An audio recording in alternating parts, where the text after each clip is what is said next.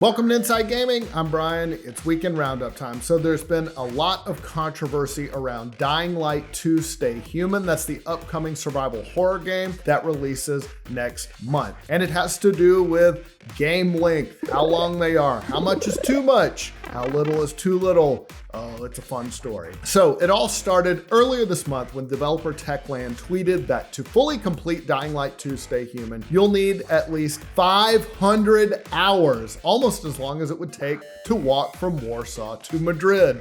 So 500 hours, that's a lot. That's almost 21 days straight. And then the backlash was swift. Tom Caswell, a social content producer, responded, "Do you think this is a selling point?" And a lot of people kind of had that question. Although some people were like, awesome, it's 500 hours. That's a lot of bang for my buck. Other people were like, 500 hours.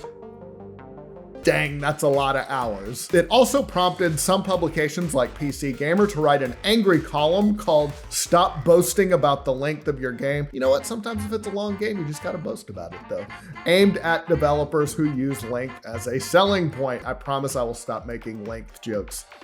Just kidding. I will never stop making length jokes. Another editorial from The Gamer offered up the proposition that no game needs to be 500 hours long, written by someone who has clearly never played Disgaea or Destiny or Monster Hunter or literally any MMO. 500 hours, that's just getting through the tutorial. But there's no doubt that lots of AAA games have gotten longer over time. Assassin's Creed games are a great example. They have definitely gotten longer over the years. If you compare the first God of War, the first one, according to How Long to Beat, took about 9.5 hours to finish. Fast forward to 2018 God of War, that just released on PC, by the way, and it's apparently very good. It was more than 3 times as long at 32 hours. Wait, I think, is that 3?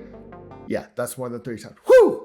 Y'all are gonna roast me in the comments about that. There's almost an expectation nowadays, especially with some games creeping up to $70, that a AAA game be 20 to 30 hours at least. But on the other hand, we have seen other games like Metroid Dread go the opposite way and offer a more streamlined campaign. At any rate, the developer quickly clarified, saying that 500 hours is related to maxing out the game, finishing all the quests, endings, and exploring every part of the world. Then a few days later, they came out with a nice fancy graphic that said the main story would take 20 hours, going up to 80 if you did all the side quests too. They added that Dying Light 2 Stay Human is designed for players with different gameplay styles and preferences to explore the world how they see fit. And that makes more sense when you think about it. Personally, give me a good 10 to 12 hour campaign with no filler and I'm a happy gamer. I do not have time for side quests anymore because I have kids.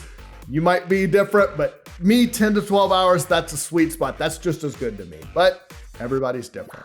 All right, on to the rest of the stories. While the Xbox Series X and S are still having supply issues, they are setting records apparently for Microsoft. In a New York Times interview, Xbox boss Phil Spencer said the company has, quote, at this point, sold more of this generation of Xboxes, which is Xbox Series X and S, than we had any previous version of Xboxes. So that's great. And that's, of course, despite the big chip shortage that has affected literally everything, including next-gen consoles. There was a huge controversy this week. Sony's apparently going to keep making more of the PS4 because they don't have enough to make PS5s. So that kind of blew up, but it is affecting electronics everywhere and especially gaming. Phil went on to say, when you think about trying to get an Xbox or a new PlayStation right now in the market, they're really hard to find. And it's not because supply is smaller than it's ever been. Supply is actually as big as it's ever been. It's demand that's exceeding the supply for all of us.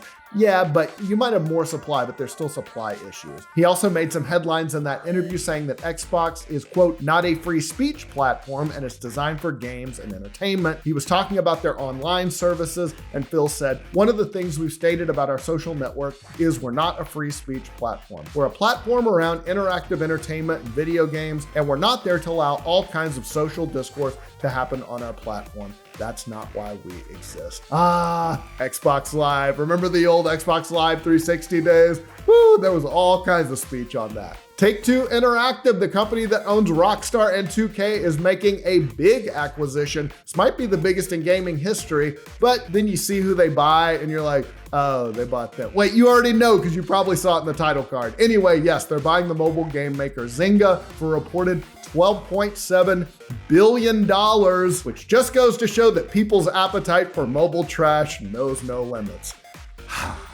Zynga, of course, makes Farmville, Words with Friends, and other games that you play with your parents just to keep the relationship alive. But it also could be a sign that they're going to tap Zynga's knowledge of free-to-play games, and that's not going to be good for anybody. Take-Two CEO Strauss Zelnick told CNBC that we are trying to build a business over a very long period of time. We've paid attention to creating value for our players, for our colleagues, and for our shareholders. Ding, ding, ding, ding, that's what this is for, and that's worked out over a very long period of time. It's definitely one of the biggest acquisitions in gaming history. Like I said, way ahead of Microsoft's purchase of Bethesda. That was $7.5 billion. Tencent made an $8.5 billion acquisition of a majority stake in Supercell. So this is way more than all those. The Twisted Metal reboot has a new developer. Video Games Chronicle reports that Sony has switched developers of the remake. They moved from the UK-based Lucid Games, which made Destruction All-Stars, to one of Sony's first-party studios in Europe. Now, they didn't name which one, but it's no longer in Lucid Games' hand now. Sony and Lucid declined to comment,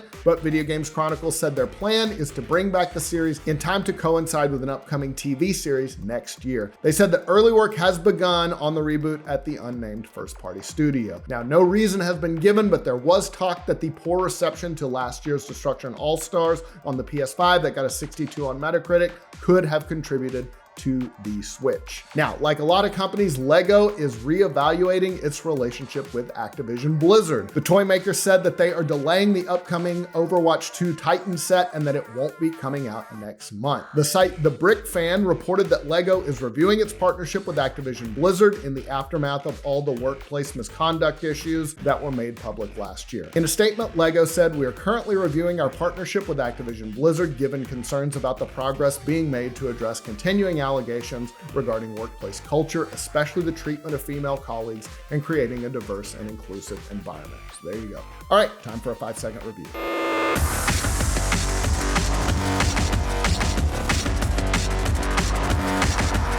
Have you ever wanted to bludgeon a dinosaur to death with a variety of weapons?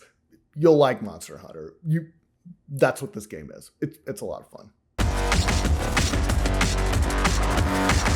All right, let's talk about the games coming out next week. First up, Expeditions Rome. Determine the destiny of Rome as you conquer foreign lands and navigate political intrigue in this turn-based RPG. Directly fight with your party of Praetorians, guide your legion to victory, and choose your own path in a story where every decision matters. How will you shape the future of Rome? Comes to PC January 20th. Warno. Realistic, immersive, breathtaking. Warno is the ultimate World War III battle simulator from the masters of strategy, Legion Systems. A Cold War turns decisively hot as you command hundreds of units on a beautiful and brutal battlefield. Outsmart, outfight, and lead your forces to total victory.